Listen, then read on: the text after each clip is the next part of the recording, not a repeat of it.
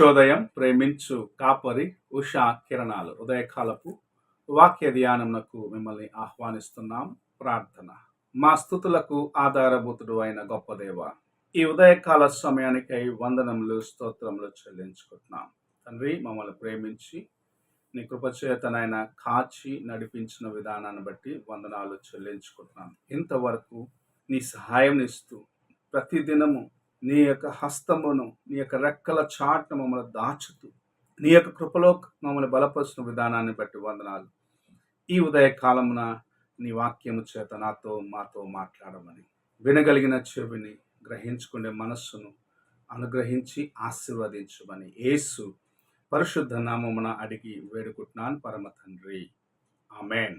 ఈ ఉదయకాలపు వాక్య భాగము లూకా సువార్త 13వ అధ్యాయము 6వ వచనము నుండి 9వ వచనం వరకున్న వాక్య భాగమును చదువుకుందాం. మరియు ఆయన వారితో ఈ ఉపమానము చెప్పెను. ఒక మనిషిని ద్రాక్ష తోటలో అంజూరపు చెట్టు ఒకటి నాటబడి ఉండెను. అతడు దాని పండ్లు వెదక వచ్చినప్పుడు ఏమీ దొరకలేదు కనుక అతడు, ఇదిగో 3 ఏండ్ల నుండి నేను ఈ అంజూరపు చెట్టున పండ్లు వెదక వచ్చుచున్నాను, కానీ ఏమీ దొరకలేదు. దీనిని నరికివేయము, దీనివలన ఈ భూమియు ఎలా వ్యర్థమైపోవలనని ద్రాక్ష తోటమాలితో చెప్పాను. అయితే వాడు, అయ్యా, నేను దాన్ని చుట్టూ త్రవ్వి ఎరువు వేయి మట్టుకు ఈ సంవత్సరం కూడా ఉండనిమ్ము, అది ఫలించినా సరే, లేని ఎడ్ల నరికివేయమనని అతనితో చెప్పాను. మనము చదివిన వాక్య భాగము అనేక సార్లు చదివి ధ్యానించిన ఒక అంశమై ఉన్నది. యేసు ప్రభు ఉపమాన రీతిగా ఇలాగ బోధిస్తూ ఒక మనుషుడిని ద్రాక్ష తోటలో ఉన్న అంజూరపు చెట్టు గురించి చెప్పటం చూడగలము.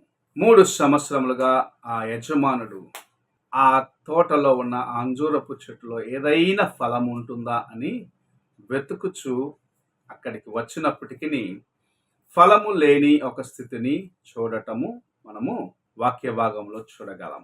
ఆ యజమానుడు తోటమాలిని పిలిచి, ఎందుకు ఈ స్థలమును ఈ అంజూరపు చెట్టు ఆక్రమించుకొని వ్యర్థపరుస్తుంది, దీన్ని కొట్టివేయమని అతనితో సెలవిచ్చినప్పుడు ఆ తోటమాలి, మరి యొక్క సంవత్సరము నాకు తరుణమిమ్ము, మరలా దాన్ని చుట్టూ త్రవ్వి బాగా దాన్ని నీరు పోసి ఎరువేసి ఫలములు ఉండేటట్టుగా ప్రయత్నిస్తాను, ఒకవేళ అలా లేకపోతే ఆ చెట్టు నీవు కొట్టివేయమన్న రీతిగా మాట్లాడటం చూడగలము.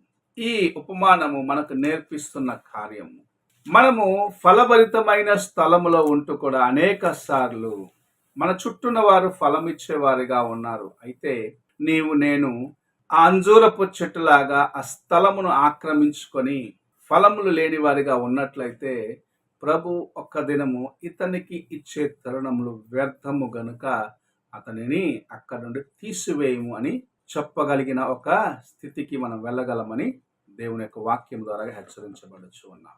3 సంవత్సరములు ఆ యజమానుడు ఒక తరుణం ఇచ్చినాడు.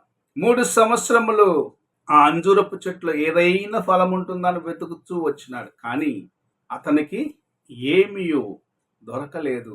అతను నిరాశ చెందినవాడిగా ఆ అంజూరపు చెట్టును తీసివేయము, అది ఎందుకు ఆ స్థలమును ఆక్రమించుకొని ఉంది, వ్యర్థముగా ఆ స్థలంలో ఉన్నదని చెప్పటం మనం చూస్తున్నాం. అనేక సార్లు ప్రభు మనకు తరుణాలు ఇస్తూ ఉన్నాడు.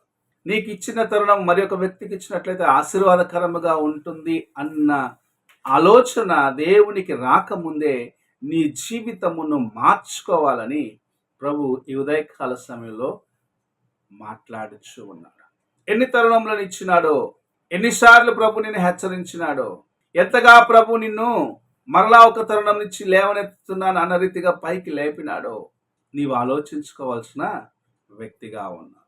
నిజముగా ఫలములను వెతికే సమయమున, ఆశీర్వాదమును వెతికే సమయమున, ఏదైనా ప్రయోజనం ఉంటుందని నీ యొద్దకు వచ్చిన సమయమున ఫలభరితముగా లేకుండా ఎవ్వరికి ప్రయోజనము లేని జీవితమును నీవు కలిగి ఉన్నట్లయితే ప్రభు నిన్ను చూసి, ఎందుకు ఈ వ్యక్తి వ్యర్థముగా ఈ స్థలములో ఉన్నాడు అని ఆలోచించినట్లయితే నిజముగా నీవు దేవుని యొక్క కృపను నిర్లక్ష్యపరిచినావు అని గ్రహించుకోవాలి.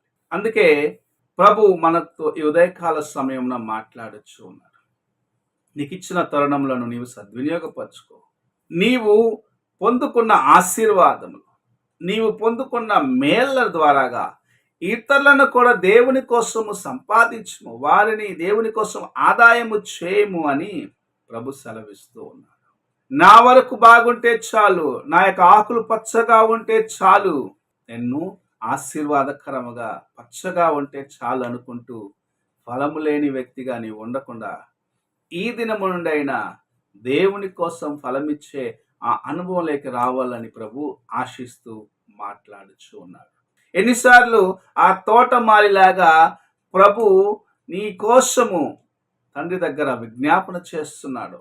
ఈసారి ఒక తరుణం ఇవ్వు, నా కుమారుడు తన జీవితాన్ని మార్చుకుంటాడు, నా కుమార్తె తన జీవితమును మార్చుకుంటుంది, అనేకులకు ఆశీర్వాదకరమైన జీవితమును కలిగి ఉండేదానికి ప్రయత్నిస్తుందని ఎన్నిసార్లు తండ్రి కుడి పార్శ్వమున కూర్చొని మన ప్రభు అయిన యేసుక్రీస్తు మన కోసం విజ్ఞాపన చేస్తున్నాడో, ఈ ఉదయకాలమున నీ కోసము ప్రభు అనగా యేసు ప్రభు తండ్రి దగ్గర విజ్ఞాపన చేసి నీకు ఇవ్వబడిన ఈ తరుణాన్ని సద్వినియోగపరుచుకుంటావని, నీకు ఇవ్వబడిన తన కృపను ఉపయోగించుకుంటావని, నీవు ఆయన యొక్క మార్గములో నడిచి ఫలమిచ్చే వ్యక్తిగా ఉంటావని, నీవు ఉన్న స్థలములో అనేకులకు ఉపయోగకరముగా ఉంటావని, నీవు ఎవరికి పనికిరాని వ్యక్తిగా ఇక ఉండవని ప్రభు విశ్వసిస్తూ నీతో మాట్లాడుచున్నాడు.